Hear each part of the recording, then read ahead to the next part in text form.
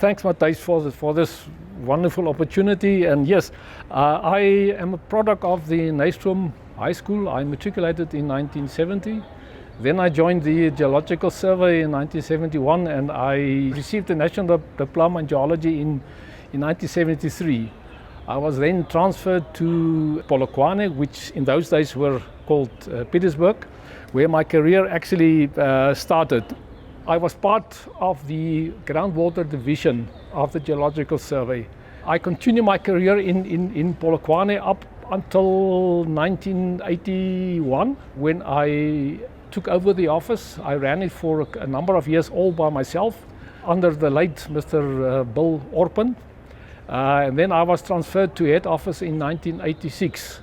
And I then worked under Mr. Jim Jimbowski. I was promoted to assistant director in 1992, and I was made the manager for what we refer to as Northern Region or Region North, which comprised in those days of the old Transvaal, KZN, and the northern part of the Orange Free State. And I was responsible as manager Northern Region for the assessment, development of groundwater in this whole region. In 1997, all the different water departments consolidated as one department, and my whole Region North was transferred to Limpopo province, and I became manager for the water resource information. I was responsible for the geology, all the water resources in Limpopo province. But I also had to manage the hydrometry division, which is basically involved in surface water monitoring. I also were given the drilling section, which comprises water drills and core drills, and also the survey services division. We were fortunate to have a chief director that was very, very much involved and understood the importance of groundwater, Elson Matukane. Well, I was manager for the water resource information, and then I registered for a master's degree at the Tshwane University of Technology in, I think, 1996. And I obtained and submitted a thesis titled "The Influence of Granite Intrusions on Host Rock in terms of occurrence of groundwater in the Petersburg area, nowadays obviously called Polokwane." I was promoted to deputy director in 2006, and as manager for the water resources information management. Occupational specific depreciation was introduced into the department, and I was migrated to scientist manager grade B in 2009. But that also required compulsory registration with a professional body. And I became a professional scientist in earth sciences in 2010. And I held this position until my retirement in January of 2018. I was involved in groundwater for about 46 years, and during this period I experienced many highlights, but there are too many to mention. But I certainly, the GRIP project was probably the top of all of the different highlights in my career. But I would like to mention 3 other highlights. These are all long-term projects, and they are related to Limpopo province. The first one, as manager of Region North, I was part of the planning committee for this 1 in 500,000 hydrogeological maps series, which the department produced back in the 1990s, and subsequently also manager for 5 of these maps.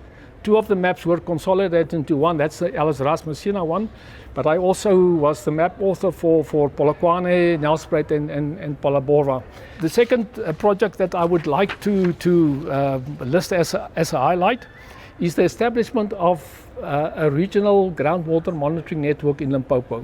And we ended up with probably the most comprehensive regional monitoring network of all of the regions. I think we ended up with a total of about 350 boreholes, all of them geophysically sited, drilled by our own drilling rigs, and equipped with electronic data loggers. And we were the first province and probably the only one at this point in time that produced quarterly water level status reports to head office for decision-making purposes. The third one that I would like to mention is we did the groundwater assessment of all the Kruger National Park groundwater data and produced a comprehensive geological report back in the 1990s. I was approached by Dr. Isaac Smith from the Scientific Services of the Sun Parks to assist him with the establishment of a groundwater reference monitoring network in the Kruger Park. This led to the registration of a 5-year research project with Sun Parks. We've been able to convince the Sun Parks management of the role and importance of groundwater. It's with pleasure that I can now say that they have now appointed 2 permanent hydrogeologists to roll out the recommendations for the research project. This brings me to the last and the most important one, and that's the GRIP project. We started with the GRIP project back in the 2002-2003 financial year. And this project really put groundwater as a resource on the map. It was a unique project in the sense that one could download accurate, verified groundwater data by the touch of a button by a hydrologist, by the engineer, by developers, by the municipalities, and by the public in general. This is the first time that GRIP was actually introduced, and Limpopo was the first one to introduce it. But I must also point out that the GRIP concept was developed by Dr. Fani Botha, which and GRIP was also the theme for his PhD, which he did at Bloemfontein University. So I must give credit to him.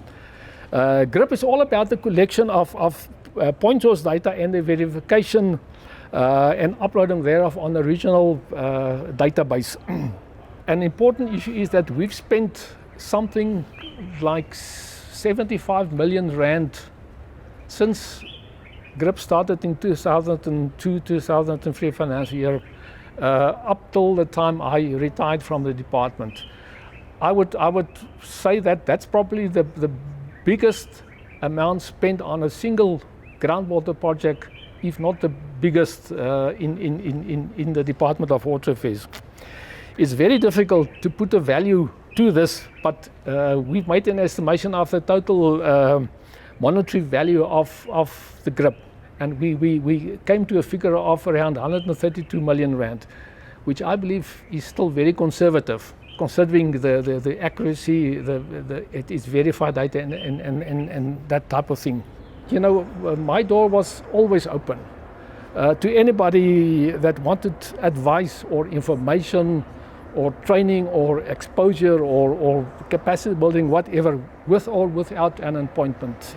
I can't tell you how many requests for interns that wanted to do their internship with Limpopo geohydrology. I think one of the main reasons why we were so popular and people wanted to come to Limpopo is I think we were probably one of the very few, or perhaps the only region where one could obtain exposure in groundwater assessment, groundwater development, geophysical surveys, drilling, both core drilling and water drilling, and also pump testing. They received hands-on training in all aspects of field work. Once they've completed their stay with us, they didn't want to leave.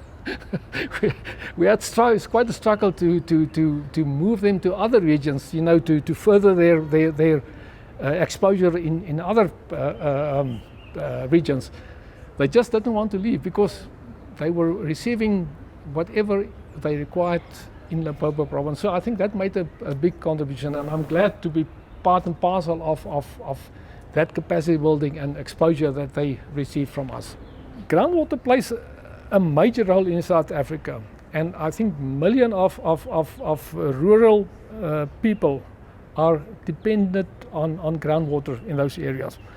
Unfortunately, questionable data sets almost always led to incorrect assumptions of groundwater use and groundwater sustainability. And I think that, unfortunately, as a result, the formal water sector in South Africa never regarded groundwater as a reliable source. It was also earmarked as a secondary option when it comes to water supply. They yet have to see that groundwater is in fact a sustainable water source. And I think that's where projects like GRIP will change this mindset that the formal water sector has in South Africa, and that groundwater is in fact a true sustainable source to develop.